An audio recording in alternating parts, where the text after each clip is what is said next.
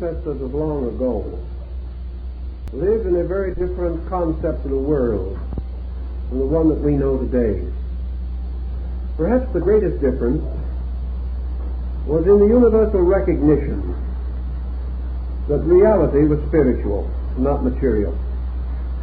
That all physical and material things were suspended from spiritual causes. And man, searching for these causes, instinctively turned his attention to what he regarded as the superior parts of the world. Ancient man had already come to a very important decision concerning the mystery of life. He assumed it to abide in the furthermost parts of the world and the innermost parts of himself. To him and to those who came after him, the term heaven came to have a double meaning. It was not only the spiritual abode of the blessed dead, the home of the gods, and the dwelling place of beings that never became visible to our perception. Heaven was also the great diffusion of space, this tremendous vaulted mystery that seemed to enclose the world as man knew it. Therefore, when he referred to terms such as heaven and earth, he could have more than one meaning. Heaven could be the starry firmament and all that lay beyond it. The earth could not only be the planet upon which we live, but matter, wherever diffused or distributed through the sidereal forms of things. Thus in antiquity the world does not correspond either with the solar system, or the cosmic system, or the planet itself. The world is a state of being, and for particular purposes the ancient regarded the world as the material state of being. He extended it outward, not only to the orbits of the planets, but out into space, into all the hypothetical physical forms that might exist anywhere in the great material diffusion of matter and substance and of elements and essences. He then gradually came to conclude that there were three kinds of energies operating in all created things. The first was direct energy, which he associated with the sun, or with, perhaps more correctly, the great spiritual source of the solar light. The second was reflective energy, which he sensed as being turned from the surfaces of the planetary bodies, shining not with their own lights, but with the lights of the heavens. And a third kind of energy, which he called material energy, which emanated from the earth itself and was a kind of physical kind of energy. Thus he had three energies: spiritual, psychic, material. And he called the lowest or material energy force. And he considered force to be the dominant factor in the moving and molding of matter. He considered reflective energy, or that from the planets, as formal, or relating to the principle of form, and therefore that all compound natures which are forms are sustained by planetary energy. He then assumed that the spiritual life and power is the root of things, consciousness, essence, life per se, came from a further kind of energy which he regarded as solar, or belonging to the pure life of a sun.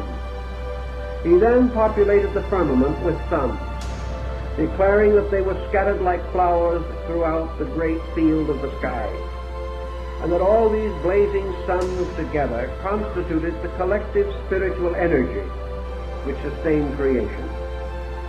These suns were what he called in those days, particularly the Chaldeans, the father fountains of all things. For these suns were like vast springs rising in the fields of eternity and watering with their light all of the structures which we call created or creation. Thus, from the beginning, he had a very spiritual concept of the universe in which he lived.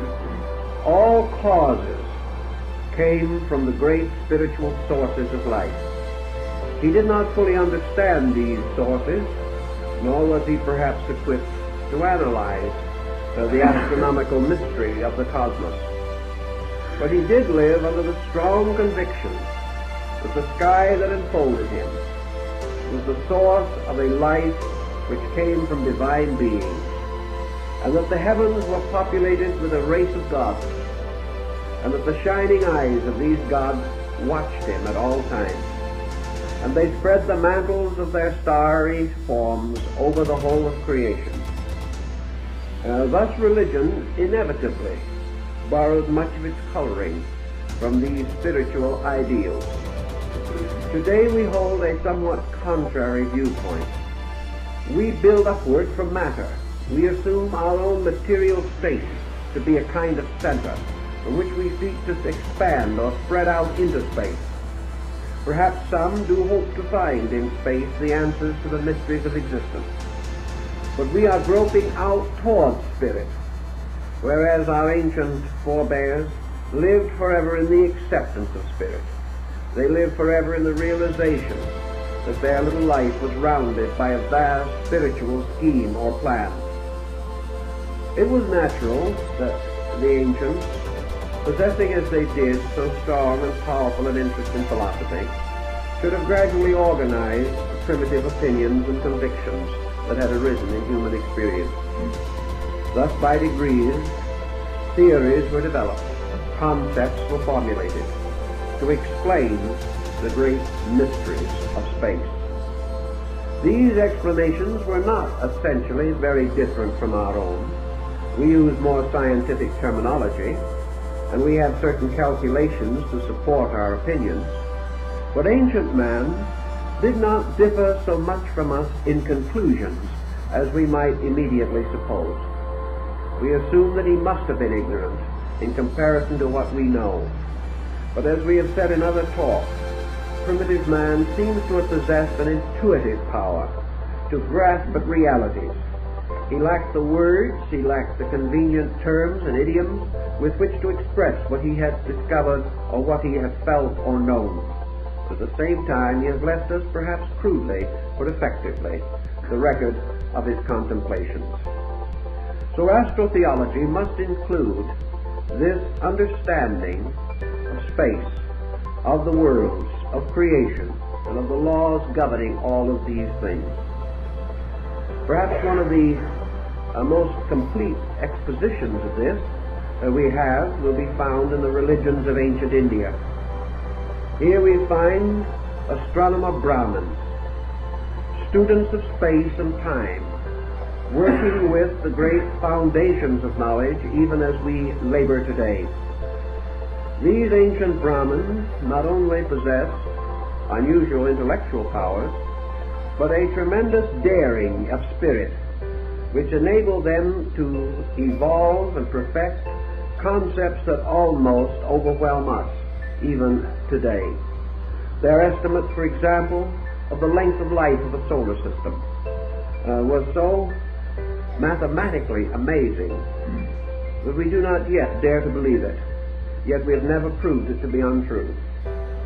All of these extensions, mathematical, scientific, rational, resulted in the gradual integration of a great concept of macrocosm-microcosm analogies. Analogies of the operations of laws on different levels, and the gradual extension or expansion of the things that we know out into the great vistas of the unknown, seeking to conquer that which is beyond our sensory perceptions with the pure strength of our reasoning and intuitional faculties. So we have some interesting points which they made, which come within the province of our present thinking, and so we will attempt to expound at least some phases of their belief of these matters.